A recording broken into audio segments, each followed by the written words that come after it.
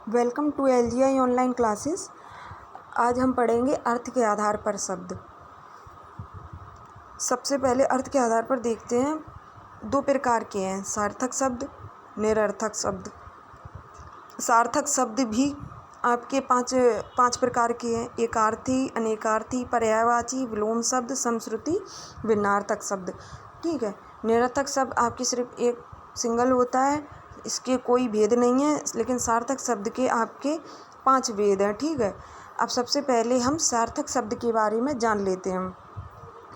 जिन शब्दों का कोई निश्चित अर्थ होता है सार्थक शब्द कहलाते हैं। सार्थक का मतलब ही होता है कि जिसका कोई अर्थ हो।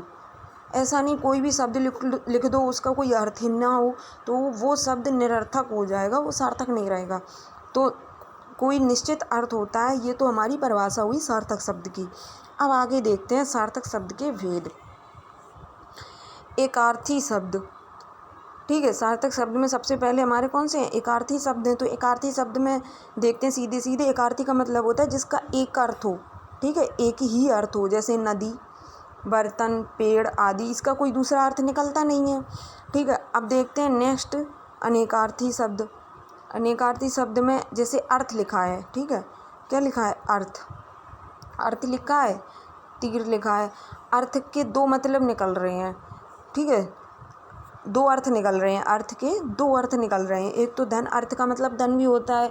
हम लोग कहते हैं कि हमारी आर्थिक व्यवस्था ठीक नहीं है या उसकी आर्थिक व्यवस्था ठीक नहीं है। ठीक है, तो एक तो धन हो गया और एक हो गया अर्थ का मतलब। जैसे कि अभी मैं कह रही हूँ कि अर्थ के 2 मतलब हैं, तो एक तो ये मतलब हो गया और एक ये धन हो गया। ठीक है। तो अनेकार्थी का मतलब ये होता है कि किसी एक शब्द के अनेक अर्थ हो सकते हैं।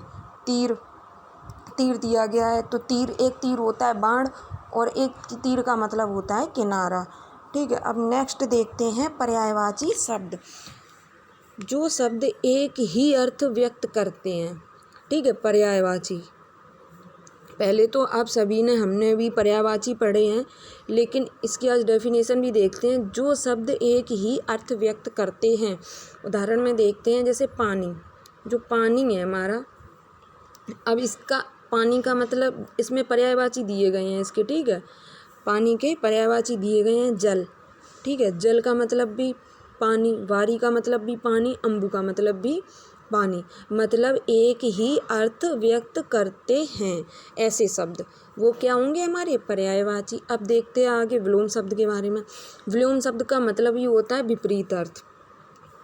ये लिखा है हमारा शब्द, ये लिखा है हमारे विलोम शब्द ऊंचा, इसका जस्ट उल्टा या विलोम या विपरीत क्या हो गया, नीचा। कच्चा, ये क्या लिखा है, पक्का। कच्चा का जस्ट विपरीत क्या हो गया, पक्का। ठीक है। अब इसके आगे हम देखते हैं नेक्स्ट हमारे समश्रुति भिन्नार्थक शब्द। ठीक है, ये सुनने में समान लगते हैं परंतु उनका अर्थ पूर्णतः भिन्न होता है। ऐसे शब्द समश्रुति भिन्नार्थक शब्द होते हैं। श्रुति का मतलब ही होता है सुनना, जो श्रुति लिखा है इसका मतलब ही होता है सुनना। ठीक है। अब इसका उदाहरण देख लेते हैं। जैसे एक तो हमने लिखा है और एक लिखा है और। सुनने में लगभग एक जैसे हैं, लिखने में भी लगभग एक जैसे हैं, लेकिन इनका जो अर्थ है वो पूरी तरह भिन्न है। और का मतलब होता है तथा। ठीक है, जैसे हम कोई बात कहते हैं, वाक्य बोलते हैं। ठीक है, जैसे हमें रोटी चाहिए और सब्जी चाहिए, तो रोटी भी चाहिए और सब्जी भी चाहिए, रोटी चाहिए तथा सब्जी चाहिए। लेकिन यहाँ और का मतलब हो गया दिशा। क्या मतलब हो गया, दिशा। और कि हमें किस ओर जाना है, या कोई पूछता है कि तुम्हें किस दिशा में जाना है या तुम्हें किस ओर जाना है। ठीक है, तो समश्रुति शब्द ये हुए। शौक और शोक दोनों लिखने में और बोलने में लगभग समान लग रहे हैं, लेकिन अर्थ दोनों का विपरीत है। एक शौक का मतलब हुआ रुचि, कि हमें इस चीज़ में रुचि है, इस चीज़ में शौक है।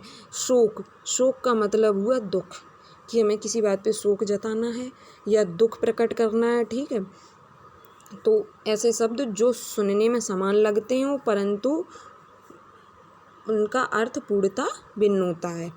अब देखते हैं निरर्थक शब्द। जिन शब्दों का कोई निश्चित अर्थ नहीं होता है निरर्थक शब्द कहलाते हैं।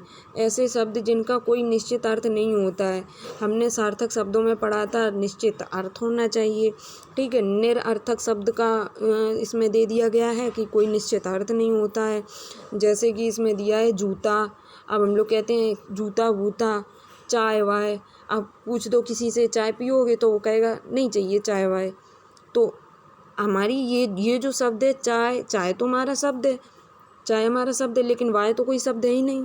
जूता शब्द है लेकिन वूता तो कोई शब्द है ही नहीं। तो ये वूता और वाय ये हमारे कैसे निरर्थक शब्द हैं। तो ये हुए हमारे निरर्थक शब्द।